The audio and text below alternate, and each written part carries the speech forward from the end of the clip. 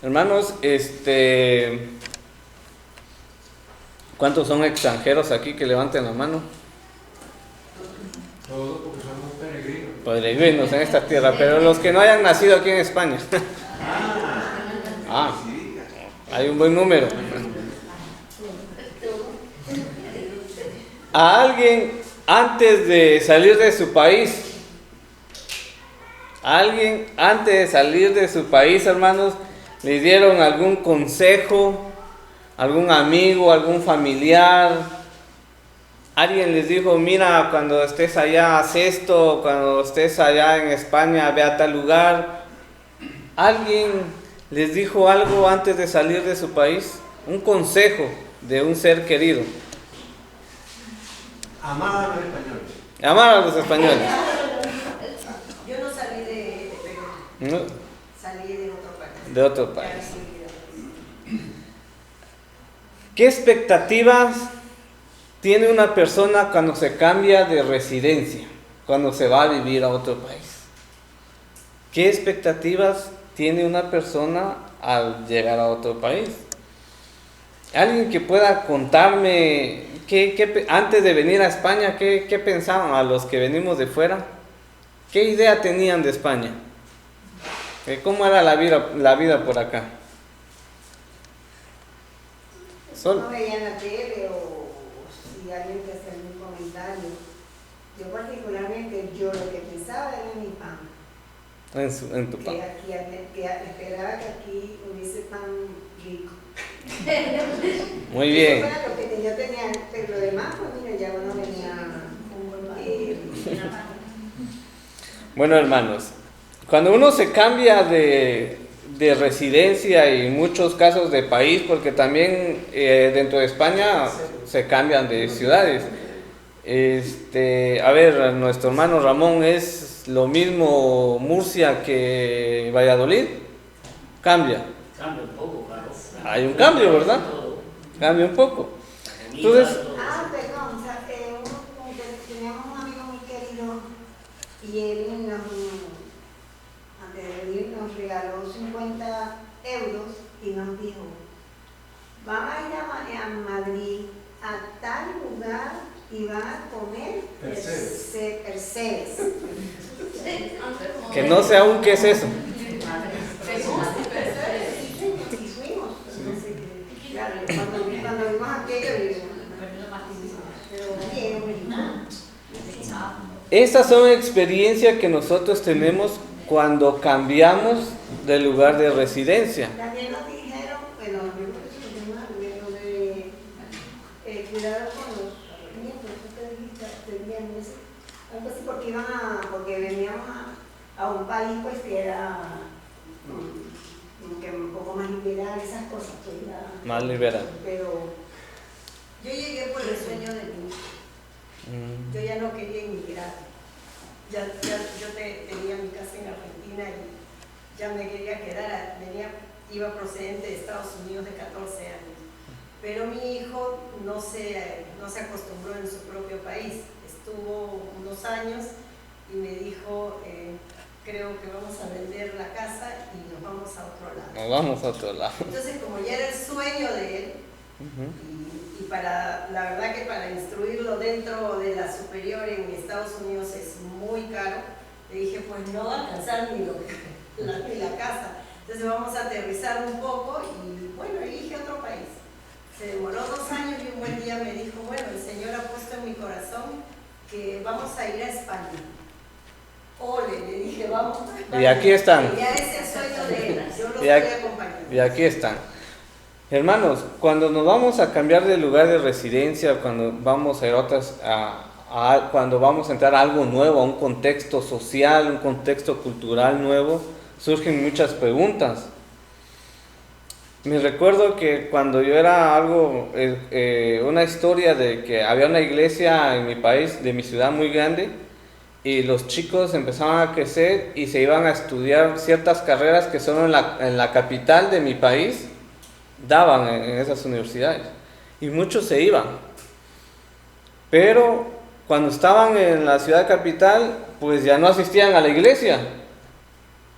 Estos chicos ya nunca se les volvía a ver en la iglesia, o cuando regresaban de visita con sus familiares, pues no aparecían en la iglesia. Y los hermanos mayores y los pastores hablando, entonces enviaron a un pastor de allí para la ciudad capital para que abriera una iglesia y se congregaran los jóvenes que estaban saliendo de la ciudad. Pero muchos no fueron. ¿Por qué? Porque muchas veces cuando nosotros damos un cambio o tenemos algún logro, hermanos, nuestro corazón sale a reducir muchas cosas. Salen a reducir muchas cosas. Y quizás cuando uno llega a otro país, pues a mí nadie me conoce en ese país o en esta ciudad, o yo voy a hacer lo que yo quiero hacer porque no tengo familia, porque ¿a quién le voy a rendir cuentas? ¿Y por qué les digo eso? Porque estamos estudiando la palabra del Señor en el libro de Deuteronomio. Ya cuando el pueblo de Israel está a punto de entrar a la tierra prometida. Está a punto de entrar a la tierra prometida. ¿Se imaginan a los jóvenes de esa edad qué pensaban que habrá en la tierra de Canaán, esa tierra tan prometida que el Señor nos ha dicho muchas veces? Y Moisés, hermanos, que es instruido por Dios para que le dé las instrucciones, porque la Biblia es palabra de Dios. Vemos cómo Moisés repite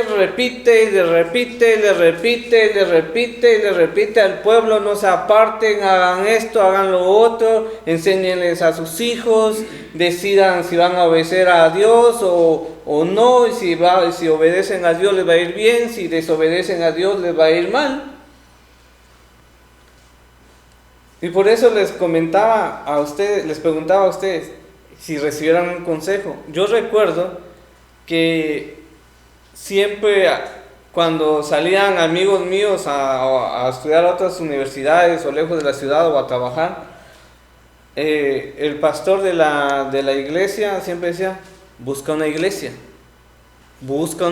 donde vas a estudiar, donde vas a trabajar, porque el hecho que salgas de aquí no es el hecho de que te dejes de congregar. Busca una iglesia. Y eso me llega a pensar, nosotros, ¿qué consejo le podemos dar a una persona que se va a cambiar de lugar de residencia? ¿Qué consejo podríamos nosotros darles?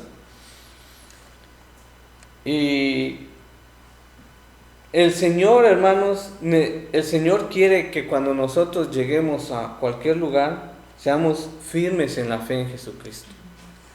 Zuleika habló algo muy bueno de que le dijeron: ten cuidado con los nietos porque allá es muy liberal. Porque, hermanos, los que venimos de países donde el evangelio está en mayor crecimiento, se vive un contexto social muy diferente a un contexto de aquí de España. Por ejemplo, en la ciudad donde yo vivo hay más de 15 colegios cristianos evangélicos y se llama colegio privado evangélico y dan clases de religión evangélica. Es otro contexto muy diferente. Me imagino que en Brasil ha de ser muy similar. Me imagino que a lo mejor Colombia, Venezuela, en Perú también. En broma con mi mujer, a veces me pongo a platicar y le digo a mi mujer: qué difícil para los chicos aquí en España conseguir esposo o esposa. Para obedecer al Señor de no casarse con yugo desigual. Porque tú estás en un país de Latinoamérica y la probabilidad cuando conoces a alguien es que la probabilidad que sea cristiano, o por lo menos que asista a una iglesia evangélica, es alta. Es una probabilidad muy alta de que vaya a una iglesia evangélica. Pero aquí es difícil. Pero para los que son solteros, los planes del Señor son perfectos. No se asusten. Pero entrando a eso, hermanos, de los contextos culturales y sociales, cuando yo estudiaba la palabra del Señor, y vamos al versículo número Deuteronomio 12:1, hermanos. 12:1.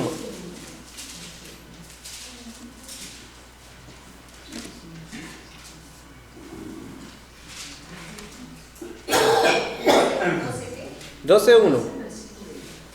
Deuteronomio capítulo 12, versículo 1. Dice: estos son los estatutos y decretos que cuidaréis de poner por obra en la tierra que Jehová, el Dios de tus padres, te ha dado para que tomes posesión de ella, todos los días que vosotros viviréis sobre la tierra. Y seguimos con los contextos de los pueblos. Los que venimos de un país de América Latina o Hispanoamérica, para ser más exactos, sabemos que las personas aún no son creyentes, te dicen: Dios te bendiga. Primero Dios, vamos a hacer esto. Que el Señor lo acompañe. Confía en Dios, dicen. Y aún gente que no es creyente. Pero aquí, hermanos, aquí en España yo he escuchado blasfemar contra Dios por todas partes. Por todas partes. Y por eso le digo, son contextos, porque ahora vamos a entrar al contexto de los pueblos de Canaán. Dice: estos son los estatutos y decretos que cuidaréis. O sea, que van a ser sumamente importantes para todos los días que el pueblo de Israel iba a vivir en la tierra prometida. El versículo 2, hermanos, dice: destruiréis enteramente todos los lugares donde las naciones que vosotros heredáis sirvieron a sus dioses, sobre los montes altos, sobre los collados y bajo todo árbol frondoso. Dice: destruiréis. Moisés está instruyendo al pueblo de Dios que cuando pase a conquistar la tierra prometida, lo primero que tiene que hacer es destruir todo aquello que le puede perjudicar en su vida espiritual. Moisés, hermanos, está dando instrucciones claras para que el pueblo de Israel viva conforme a la voluntad de Dios, conforme a los mandamientos de Dios.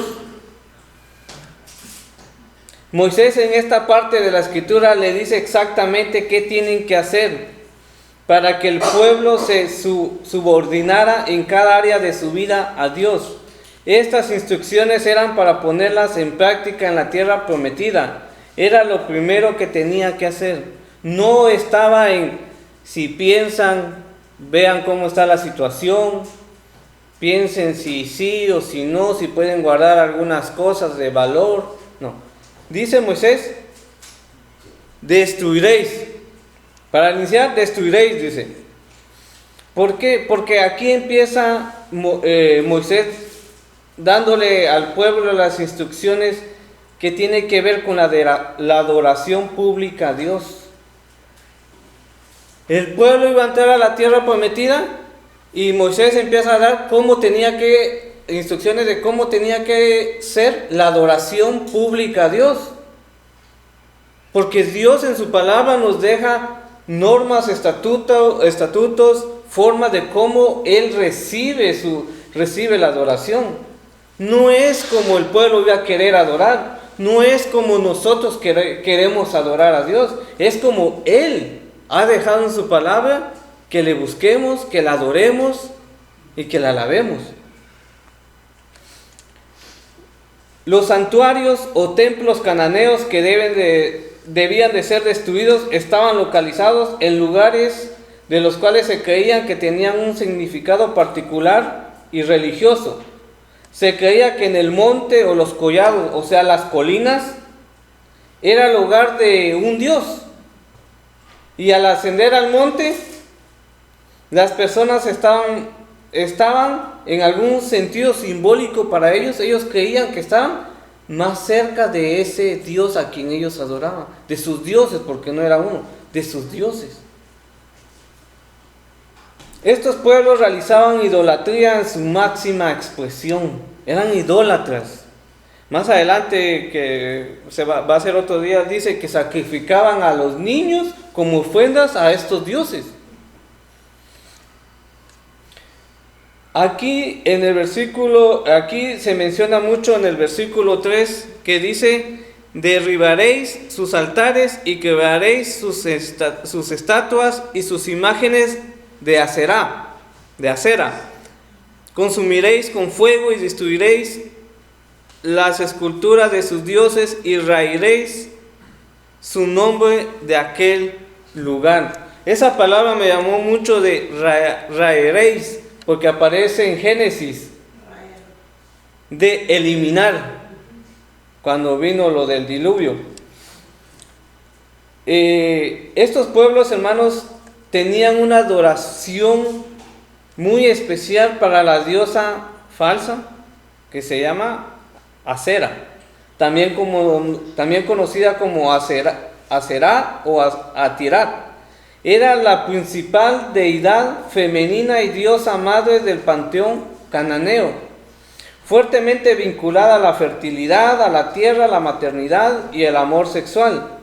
Dentro de la mitología del antiguo cercano oriente, ocupaba un rol de altísima jerarquía. O sea, la diosa Será era la madre de los otros dioses.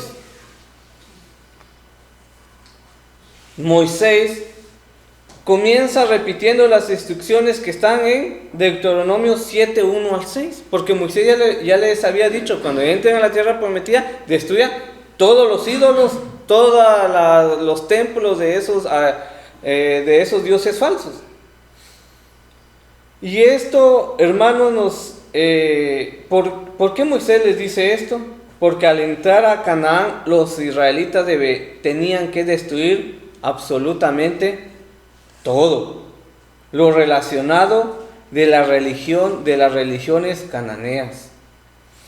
Esto incluía altares, piedras sagradas, templos en las montañas, árboles utilizados para la adoración a dioses falsos. El pueblo tenía que eliminar absolutamente toda aquella idolatría. ¿Y para qué? ¿Cuál era el propósito? Evitar que el pueblo de Dios se contaminara en lo espiritual y cultural, ya que Dios aborrecía las prácticas de estas naciones. Estas prácticas, la idolatría era abominación para Dios. Hermanos, Dios es claro: toda la adoración y la gloria es para Él. Él no comparte su gloria, hermanos. Él no comparte su adoración, solamente para Él.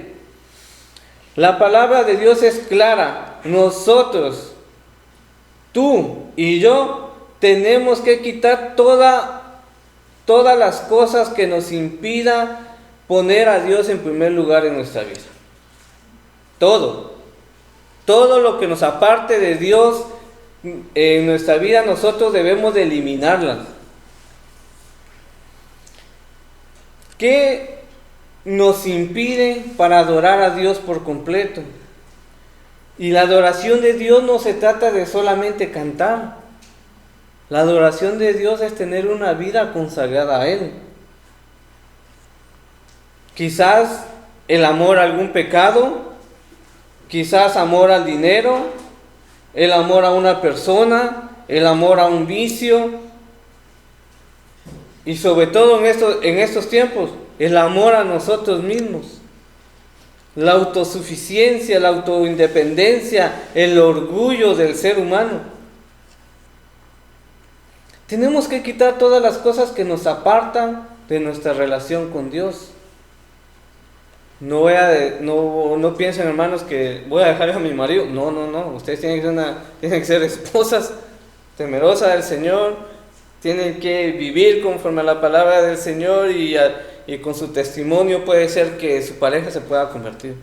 No hay que confundir las cosas. Hay una película, ¿alguien ha visto una película de matrimonio que se llama A Prueba de Fuego? ¿Sí? Allá atrás, sí. Keiler se llama el esposo. ¿Tenía problemas con su esposa? Muchos problemas, pero voy a contar uno en específico. Su padre le empezó a hablar del cristianismo, y él tenía un vicio muy peculiar, que era la pornografía. Y su esposa se sentía muy herida, muy como decepcionada, como muy despreciada, porque él le gustaba ver a otras mujeres. Y cuando este actor Keiler en la película conoce al Señor y va y quiere recuperar a su esposa y muchas cosas, y un día está a solas en casa y tiene el ordenador, para los que no me entienden de computador, tienen el ordenador y está viendo acerca de un yate, porque le gustaban los yates, y le aparece un mensaje esos mensajes de páginas pornográficas, de no sé qué, dale link. Y él empieza a sudar, empieza a pensar, se levanta, se va al sofá, regresa. Pero llevaba una secuencia de un libro de ciertas acciones que tenía que hacer, y decía: hay vicios que pueden destruir tu matrimonio. Debes de eliminarlo porque si no te van a destruir a ti y a tu matrimonio. Y esos se le decía parásitos. Y él pensaba, sudaba, ¿le doy link o no le doy link? ¿Entro o no entro a la página? Y en una de esas decide y va a traer un bat. ¿Saben qué es un bat de béisbol? Un bate. Es que... Gracias por la cultura. Ya es bien español nuestro hermano. Entonces, con el bate quiebra el ordenador, la pantalla del ordenador y todo el ordenador, todo lo que lo quiebra. Y luego, en esa mesa, en ese escritorio, pone unas rosas a su esposa y le pone una carta, una nota: yo te amo más a ti. ¿Entendemos el mensaje? En la práctica, hermanos, cualquier vicio que nos aleje de Dios, cualquier pecado que nos está alejando de Dios, tenemos que quitar eso de nuestra vida. Tenemos que quitarlo. Muchas veces puede ser pornografía, puede ser algún adulterio, puede ser el mismo orgullo, puede ser las mentiras, puede ser creerme autosuficiente, puede ser cualquier cosa, hermanos, cualquier pecado. Y eso nos va apartando de nuestra relación con Dios. Entonces, hermanos, siguiendo la línea es, ¿qué nos impide servir a Dios? Dice en su palabra que la mies es mucha y hay pocos obreros. Hermanos, yo cuando veo las estadísticas del cristianismo en España, digo: Señor, levanta a más siervos, levanta a tu iglesia que se despierte, que pueda proclamar el evangelio. Últimamente está saliendo que la iglesia evangélica, no sé qué, en los noticieros, están injuriando, están difamando a la iglesia evangélica, porque muchos se han levantado a predicar. Miren, hermanos, nosotros como cristianos debemos de obedecer primero a Dios y no a los hombres. Pueden decir lo que digan, pero nosotros debemos seguir predicando la salvación en Cristo Jesús. Y pasando al tema ahora de las iglesias, hermanos, porque también en las iglesias se ha metido la idolatría. Dejemos la idolatría en un momento de nuestra vida particular. Ahora del cuerpo, del grupo de los que nos denominamos cristianos. Dice, las iglesias denominadas cristianas, ¿a quién adoran y a base de qué se fundamentan esa adoración? ¿Será que a Dios y en base a la Biblia? Las iglesias más conocidas, más grandes a nivel mundial, tenemos a la Iglesia Católica Apostólica Romana, la Iglesia Católica Ortodoxa, tenemos a las iglesias reformadas o protestantes. La luterana, la metodista. Eso estamos hablando en el contexto de iglesias denominadas cristianas. Y dentro de las iglesias reformadas o protestantes está, como dijo la hermana, la anglicana, la luterana, los presbiterianos, los reformados, metodistas, bautistas, evangélicos libres, hermanos libres, anabautistas, Asamblea de Dios, Iglesia Cuadrangular, neopentecostales, carismáticos, Iglesia de Jesucristo de los Santos. Hay muchos, hermanos. Sálvese quien pueda darnos. Hay muchos. Pero de todas estas ramas, hermanos, de todas estas confesiones, ¿quiénes verdaderamente adoran a Dios? ¿Quiénes verdaderamente adoran exclusivamente a Dios? ¿Quiénes se basan en su palabra para definir a quiénes adorar? Nosotros no podemos adorar santos, imágenes, ni a personas. En la iglesia cristiana evangélica, hablando de una denominación, hermanos, hablando de una denominación, se ha metido mucha idolatría en las iglesias evangélicas. ¿Por qué? Porque adoran a sus líderes, adoran al pastor, al profeta, al apóstol. Hermanos, la iglesia evangélica también ha caído en idolatría. No todos, porque muchos aún guardamos la palabra del Señor. Pero si hablamos de manera de denominaciones, hay iglesias, hermanos, que la palabra del pastor, del profeta, de lo que se quieren inventar, todos estos que salen fuera del contexto bíblico, tiene más autoridad que la misma palabra de Dios. La apostasía, hermano. Es la apostasía que se está viviendo. Es bíblico. En muchas iglesias, hermanos, son tan responsables los líderes como tan responsables los que están, porque ellos tienen la palabra de Dios y ellos deben de estudiar la palabra de Dios y examinar si sus líderes están predicando, están llevando la iglesia conforme a la palabra de Dios, y si van en contra de la palabra de Dios, pues yo no les sigo, yo no les escucho, yo no comparto eso, porque la palabra de Dios es clara. En el Nuevo Testamento, hermanos, también el apóstol Pablo nos escribe en la primera carta de los Corintios 10:20. Antes digo que los gentiles sacrifican, a los demonios los sacrifican y no a Dios. Y no quiero que vosotros os hagáis partícipes con los demonios. Igual, el apóstol Pablo está escribiendo en un contexto donde estaban haciendo rituales hacia dioses falsos. La diosa Diana y muchos más dioses griegos. Y el apóstol Pablo les dice, no participen al pueblo de Dios, no participen. Nosotros solamente debemos adorar al único Dios y verdadero. ¿A qué conclusiones podemos llegar a esto, hermanos? Porque el versículo 3 dice, derribaréis sus altares y quebraréis sus estatuas y sus imágenes de acera, consumiréis con fuego y destruiréis las esculturas de sus dioses y raeréis su nombre de aquel lugar. Todas las personas, hermanos, el ser humano, adoran a alguien o a algo. Todo ser humano adora a alguien o a algo, porque es inevitable. El ser humano fue creado para adorar a Dios, pero a causa del pecado, hermanos, el hombre se ha desviado a la adoración.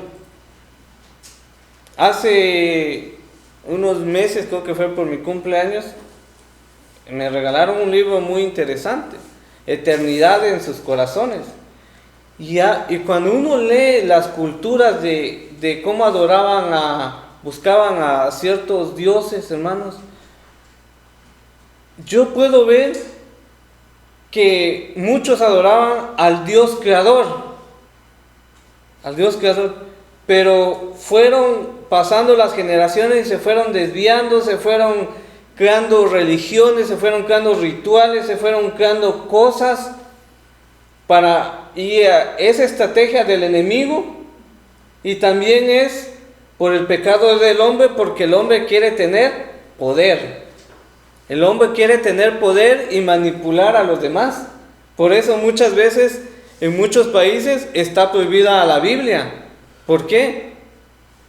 Porque los políticos quieren manipular, quieren esclavizar, quieren meterles en la cabeza de que ellos son lo máximo, que lo que ellos dicen es lo que debe de hacerse. Pero no, hermanos, el hombre está diseñado para adorar a Dios, pero por el pecado se han desviado.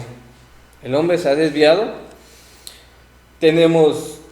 Les acabo de hablar de las iglesias que se denominan cristianas, que hay muchas falsas, muchísimas. La de Pare de Sufrir, que nació en Brasil y está en toda Latinoamérica. Y en USA también. Hay otra de México que, no recuerdo el nombre, pero hay una en Barcelona que tiene más de 2,000 asistentes. Hermano. Y ahora nos vemos que hay muchas más religiones, que está el Islam, el judaísmo, el ateísmo, los hinduistas, los budistas, el taoísmo, el confucianismo, las religiones indígenas de América Latina. En mi país está la maya, que casi nadie sigue esa, pero existe. Y hay más alrededor del mundo. Y los chamanes. Los chamanes no adoran y no obedecen al verdadero Dios. Al Dios verdadero, al Dios de la Biblia.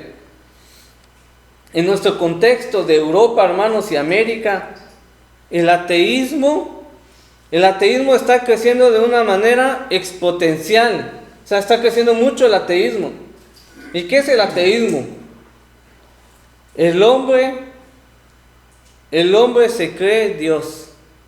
El ateísmo es el hombre que se cree Dios, porque su opinión es la verdad absoluta, porque ellos lo que dicen es lo que realmente es. Y estos hombres que son ateos, hermanos, tienen una fe muy fuerte en sí mismos, porque yo puedo, yo creo, yo vivo como se me da la gana o como a mí se me place vivir. El ateísmo, hermanos, las personas que son ateas tienen muchísima fe, pero muchísima fe para crear algo que es algo irracional e ilógico. Pero nosotros como cristianos, hermanos, tenemos que quitar y destruir todo aquello que nos aparte de nuestra relación con Dios.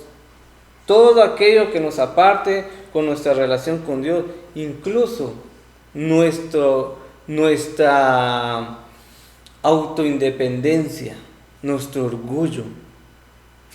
Porque nosotros debemos de vivir no conforme a nuestras ideas, sino conforme a la palabra de Dios.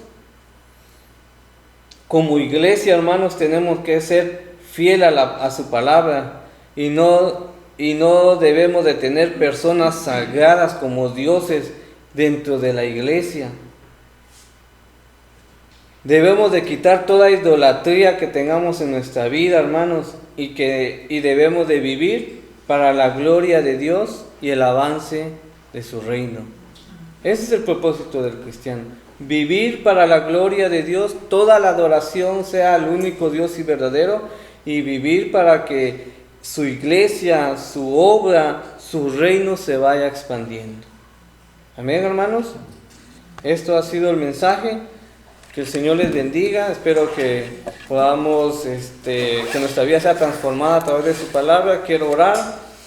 Padre Celestial, gracias porque nos permitiste estudiar tu palabra. Tú instruiste al pueblo de Israel cuando iba a entrar a la tierra prometida de destruir absolutamente todo aquello que tenía que tener relación con la idolatría, porque tú eres el Dios verdadero. Ahora, Padre, que nosotros en Cristo Jesús somos tus hijos, somos tu pueblo, ayúdanos también a quitar todo aquello que nos aparte de ti, todo aquello que nos aleje de ti, porque queremos que tú seas lo primero en nuestra vida. Bien dijo nuestro Señor y Salvador Jesucristo: amarás a tu Dios con todo tu corazón, con todas tus fuerzas, con toda tu mente, con todo, absolutamente todo. Tú quieres que nosotros te amemos, te adoremos con todo nuestro ser. Gracias, Padre, por tu palabra. Ayuda a cada hermano a que pueda tener esa convicción de vivir cada día para tu gloria, Señor. En el nombre de tu Hijo Jesús oramos. Amén.